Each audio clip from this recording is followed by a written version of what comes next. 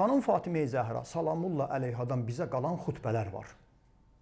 O xutbələrin adı Fədəkiyyə xutbəsidir. Xanımın yaşını nəzərə alanda ki, cavan olub salamullah əleyha və çəkdiyi əziyyətləri nəzərə alanda xanımın o xutbəsini oxuyanda görürsən ki, o xanım nə qədər elmi, mənəvi baxımdan çox uca bir fəzilət sahibi olub. Xutbənin özü uzundur. Mən burada onu oxumaq fikrim yoxdur. Bir cümləsini deyəcəyəm, amma sizə bir tövsiyəm, xahişim, heç olmasa o xutbəni bir dəfə oxuyun. Başa düşməyən yerini gəlin soruşun. Xanım Fatimə Zəhra salamullah əleyha Həzrəti Əli İslamın haqqı tapdalanandan sonra, haqqı qəsb olunandan sonra məscidə gedir, məsciddə xutbə oxuyur. Qadınlar tərəfə çıxır, qadınlar tərəfdən xutbəni başlayır oxumağa. Xutbəni oxuya-oxuya müsəlmanlara ki, xitab eləyir. Ənsar, mühacirlər, müsəlmanlar, qədirxumda olanlar, Peyğəmbərə beyət eləyənlər, Peyğəmbərlə döyüşə gedənlər, daha elə bir çıxışlar eləyir ki, yəni nə olub bu günləri qorxursuz, nəyə görə izahlarını verir, Peyğəmbərin haqq olan canişini Həzrət Əl-İslamı tək qoymusunuz. Xanım Fatimə Zəhra salamullah xutbəsini elə eləyir ki, tarixdə var ki, hamısı ağlaşırlar. Hamısı ağlaşır. Hətta bəzi yerdə var, xəlifə özü də narahat olur ki, istəyir imtina eləsin, sonradan qoymurlar. Elə ki, yox, elə belə deyil ki, siyasətdə səni vermişim meydana, başqa niyyətlərimiz var hələ. Birini verirlər qabağa, elə belə olmur ki. Xanım Fatimə Zəhra salamullah əleyha o xutbəsində hələ Həzrəti Əli İslamın haqq olan canişinin haqqında danışmamışdan qabaq hikmətli kəlamlar deyib. Namaz haqqında, bəli, cihad haqqında, həcc haqqında və ilaxır xanım Fatimə Zəhra salamullah o xutbədə çox hikmətli kəlamları söyləyib bizə. Mən o kəlamlardan birini deyirəm, mövzum onun üzərindədir. Nədir o? Xanım Fatimə Zəhra salamullah əleyha orada ədalətlə bağlı bu cümləni deyir. Çox dəhşətli sözdür. Alimlər bu cümlənin üstündə səhifələrlə kitab yazıblar. Cəalallahu l-ədlə tənsifən lil-qulub. Allah Teala ədaləti niyə qərar verib? Ona görə Allah Teala ədaləti insanların arasında qərar verib ki, qəlblər bir-birinə yaxın olsun, qəlblər bir-birinə bağlansın. Cəmiyyətdə ədalət olmasa, insanların qəlbi bir-birinə bağlanmaz. Üzdə belə-belə eləyər, başını yelləyər, amma qəlbən bir-birinə nifrət eləyər. Niyə? Çünki ondan narazıdır, ondan ədalətsizliyi görür. Allah rəhmət eləsin, böyük alimlərdən Ayətullah Misbah Yəzdi deyir ki, iki qardaş bir küm altda, bir dam altında yaşayar, bir qardaş, doğma qardaş ata-anadan görürsə o biri qardaş onun haqqına girir, ədalətsizlik eləyir, heç vaxt qəlbində o qardaş ki, ata-anadan bir də onu sevməz. Ona kim bağlayar? İnsanları bir-birinə yaxınlaşdıran, bir-birinə mehriban eləyən, qəlbləri bir-birinə bağlayan ədalətdir, ədalət. Məsciddə belə, Hüseyniyyədə belə ədalət olmasa, insanlar bu Hüseyniyyəyə gəlməyə nifrət eləyəcək. Həmin olsun minbərdən ədalətdən danışılır. Qardaşlar, Quran ədalətdən danışır. Peyğəmbər əhl-i beyti Allahın salamı olsun, ədalətdən danışır, amma girirsən burada ədalətsizlik görürsən, haqsızlıq görürsən. Məscidə gəlsən orada pişnamaz ki, qabaqda durub, pişnamaz ədalətsizdir. Minbərə çıxan ədalətsizdir. Həmin olsun ədalətdən danışır. O qədər ədalət məsələsi ciddidir ki, bizim dinimizdə qabaqda duran pişnamazın məsuliyyətindən biri budur ki, ədalətli olmalıdır. Müctehid ədalətli olmalıdır. Ədalətli olmayan müctehid, alim, ayətullah ola bilməz. Ona təqlid olmaz, pişnamaz da qabaqda dura bilməz. Xanım Fatimə Zəhra 14 əsr bundan qabaq salamullah əleyha cəmiyyətdə bağlılığın, mehribançılığın, qardaşlığın, qəlblərin bir-birinə bağlılığın səbəbidir ki, ədalət olmasa cəmaət nə edir? O ona hilə baxır, o ona pul kimi baxır, o onun borcunu alıb vermir, o onun haqqına girir, o onu üzdə belə-belə eləyir, dalıca danışır. Cəmiyyətdə ədalətsizlik var, qəlblər bir yerdə olmayacaq. O zaman qəlblər bir yerdə olur, o zaman vəhdət, qardaşlıq, birlik olur ki, orada qəlblər bir-birinə bağlı olsun.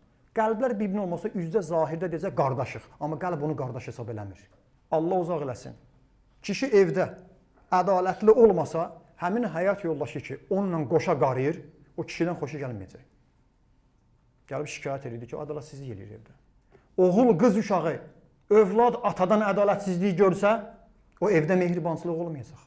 Ədalətdir insanların qəlbini. İnsanlar bir-birinə qəlblə bağlanmalıdır, qardaşlar. Üzdə salam, necəsən, qucaqlaşarıq. Qəlbimizdə bir-birimizə əgər başqa olsa, 200-də olarıq. Onun sonunda gərək ədalətli olaq. Qur'an-ı Kərimdə Allah Teala ədalətli olmağa əmr eləyir. Hətta peyğəmbərləri Allah Teala bilirsiniz nə üçün göndərib? Hədid surəsində Allah Teala buyurur ki, peyğəmbərlərin göndərilməsinin bir səbəbi də budur. Liyəqumən nas bil qist.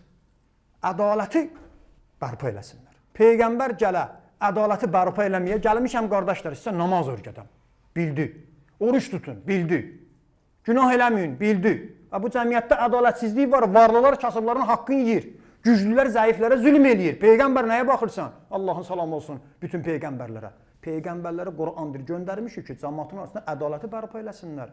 Odur peyğəmbərlər Fironlarla, Nəmrudlarla, zalimlarla, imamlar Yezidlərlə vuruşublar. Ədalətsizliyə görə olub bu.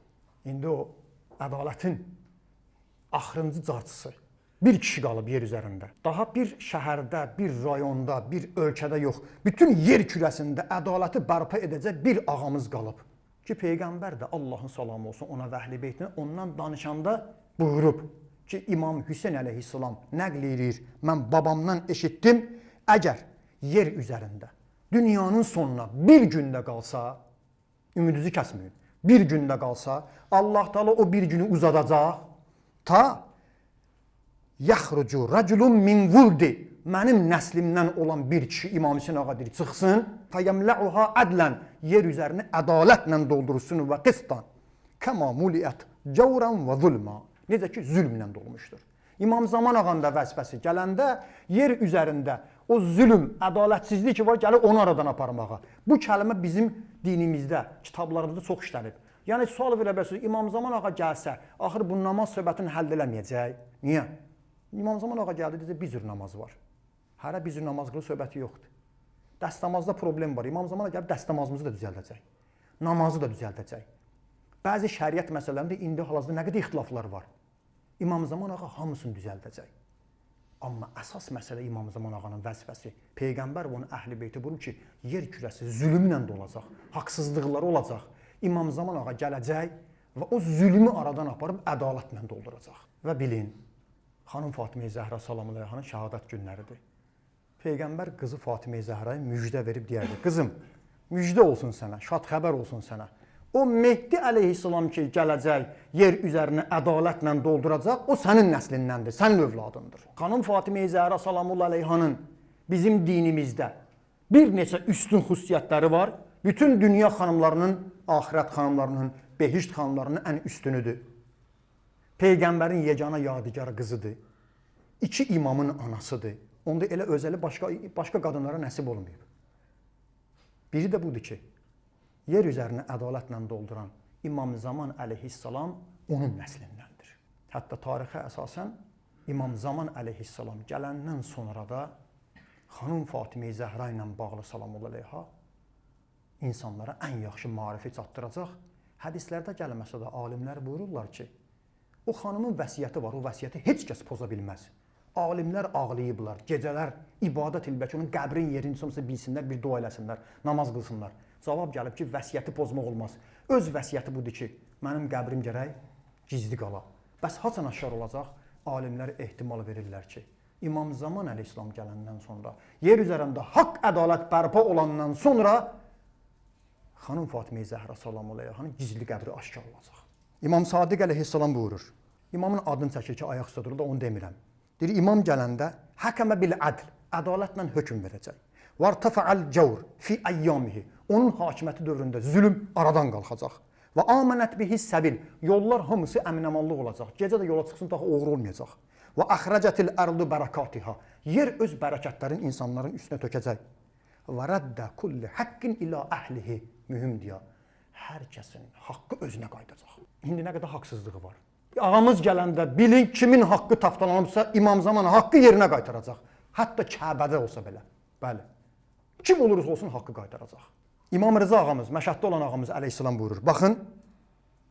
فَإِذَا خَرَجَ وَزَعَ مِيزَانَ الْعَدْلِ İmam Zaman ağa xuruc edəndən sonra, qiyam eləyəndən sonra ədalət tərəzisini qoyacaq, beynən nas, cəmaatın arasında فَلَا يَظْلِمْ أَحَدًا أَحَدًا Heç kəsə zülm eləməyəcək. Ya da bizim bu məhkəmələr kimi olmayacaq. Pulla, rüşvətlə, üzə duranlarla insanlara şərrəsinlər, cibinə narkotika qoysunlar. Pulludur, kasıbı bastırsın içəriyə, vəzifəlidir, fəhləni bastırır. Yox, belə söhbət olmayacaq. Hər yerdə ədalət olacaq. Bəli, qardaşlarım. Ədalətdir insanlara sevdirən. Peyğəmbər necə ədalətli idi? Həzrət Əli necə ədalətli idi? İmam Zaman da deyir, belə ədalətli olacaq. Bir gün Muaviyə həccə gəldi, əmr verdi ki, burada bir xanım yaşayır, onu tapın, gətirin mənim yanıma. Xeyrullah, o xanımla nə işin var? Görün, bu adamın Həzrət Rəsuluna nə qədər kini var. Deyir, o çox Həzrət Əlinin tərəfdarı idi. Mən onu danışmaq istəyirəm. Tapırlar, o xanımı gətirirlər Muaviyyənin hüzuruna, ehzar eləyir. Muaviyyə o xanıma üzün tutur. Deyir ki, nə üçün sən Həzrət Əleyhisselamı bu qədər sevirsən, mənə isə bu qədər nifrət edirsən? O xanım deyir sana, bu sualı mənə vermə, mən rahat bırax. Deyir, yox, tələb edirəm səndən, de görüm. Niyə bu qədər Həzrət Əleyhisselam danışırsan orada, burada? Mənə isə nifrət edirsən. O xanım deyir ki, yaxşı, cavabımı verim. Ona görə ki, Həzrət Əleyhisselam ədalətli idi.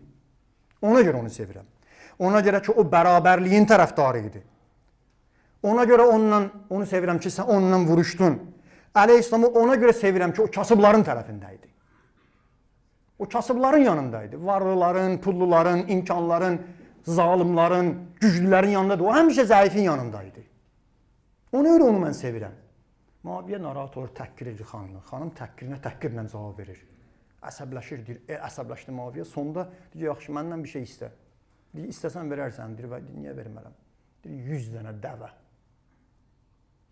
Muaviyyə deyir, yaxşı, gətirin bu dəvələri verin buna. Verəndə deyir ki, ancaq unutma ya, təriflədiyin Əli Əleyhisselam olsaydı bu dəvələri sənə verməzdi. O arvada deyir. Qadın da cavabında deyir ki, and olsun Allaha, dəvələri yox, o elə bir ədalətli kişidir ki, bu dəvələrin bir tükünü mənə verməzdi. Çünki bunlar hamısı Beytülmaldır, xalqın haqqıdır. Dəvəni alıb, amma hələ dilindən qalmır. Adam ədalətli olsa, kişi ədalətli olsa, qadınlar belə zalimin qabağında ədaləti müdafiə edir və onu istəyir. Son. İndi dünyada alimlər, tarixi oxuyanlar, dini yaxşı bilənlər, prosesləri izləyənlər bilirlər və deyirlər ki, inşallah dünya yavaş-yavaş o ədalətli kişinin sorağına gedir. Teşnədir ədalətsin. Sosializm, kapitalizm, demokratiya, liberalizm, hərə izimdən. Yox, dünya indi dəyişilib. Son Fələstində olan hadisələr də bu ədalətin daha da insanlarda teşnəsinin artmasına təkan verdi. Necə? İndi hamısı bir hadisədən danışır. Amerikada New York şəhərinin meri bir müsəlman seçilib. Zəhran Məmədani var. Bu adam müsəlmandır. New York şəhərinin meri seçilib. Mən indi burada onu sizə tərifləyim, onun fəzilətlərindən danışım. Belə fikrim yoxdur. Kim haqq yolundadır, ədalətlidir, onu tərifləmək olar. Özü nə qədər ədalətli aparsa, verdiyi vədələrinə əməl eləsə Amerika kimi bir yerdə, əlbəttə ki, müsbət adamdır. Yox, əgər dediyi sözlər üstə durmasa, elə boş-boş vədlər verib hakimiyyətə gəlsə, o da elə əmin o birilər kimi. Amma sözüm nədir? Bilirsiniz, Amerikada prezident cinayətkar, zamanının Fironov, diktator, Trump ətrafı, bütün sosial şəbəkələr, New York şəhərinin milyarderləri, Amerikanın pulluları, varlıları, hamısı istəyirdi onun rəqibi qalib gəlsin, amma cəmaət bunu seçdi. Niyə? Mən bunu demək istəyirəm sizə. Bu adamın verdiyi şüarlar bir nə idi? Mənə səs verin, mənə. Niyə? Bu New York şəhəri var, milyarderlər şəhəridir. Bu New York şəhəri ki, milyarderlər şəhərdir. Yarım milyondan çox, 500 mindən çox bu şəhərdə axşam ac yatan küçələrdə yatanlar var. Mənə səs verin, sizin haqqınızı bu varlılardan alın, Trumpdan alın. Mənə səs verin, 60 mindən çox Fələstində öldürülən uşaqlar ki var, cavanlığından, universitetdə oxuyandan Fələstinə ədalət təşkilatının üzvü olub bu. Bunun üstə çox əziyyətlər çəkib. İndi deyirdi ki, mənə icazə verin, mən seçilsəm bu New York şəhərinə uşaq qatili Netanyahunun ayağı dəyməyəcək. Avtobus pulsuz olacaq. Çox şeyləri pulsuz eləyəcəyəm. Əgər çatdıra bilməsəm, bəs büdcəni verməsələ hardan alacam? Bu varlılara vergi artırıb sizin pulunuzu mən haqqınızı bərpa eləyəcəyəm. Çox mühümdür ya. Çıxışı da var. İnşallah ki, elə çıxışına layiq olsun. Öz müsahibəsi var. Deyir ki, bizim yolumuz zülmə qarşı mübarizədə, ədalətdə İmam Hüseyn əleyhissalamın yoludur. ya bunu bacaracaq Amerika kimi yerdəki dünyanın milyarderlərin yığışdığı ən çox milyarder yaşayan şəhər New Yorkdur. Ən çox yəhudilərin də sionistlərin güclü olduğu şəhərdir. Ya inşallah ədaləti bərpa eləyəcək ki, indidən çoxları narahatdır. Ya da ki, inşallah bu yolda şəhid olacaq. Bu çox mühümdür. Mən bunu niyə dedim sizə? Bugün ədalət məsələsi, bugün İmam Hüseyn məsələsi, Fələstin məsələsi o qədər ciddidir ki, Amerikada insanların ona səs verməyinin əsas da deyil, cavanlar və kasıblar, mühacirlər ona səs veriblər. Səbəbi nə idi? Bu ədalətdən danışır. Bu qədər ədalət mühümdür. İnşallah bir gündə ədalətin sorağında olduğumuz İmam Zaman ağanın zuhuru ilə Allah Teala yer üzərində ədaləti bərqərar eləsin. Allah Teala bizi o İmam Zaman əleyhissalam kimi həyatda ədalətli qərar versin.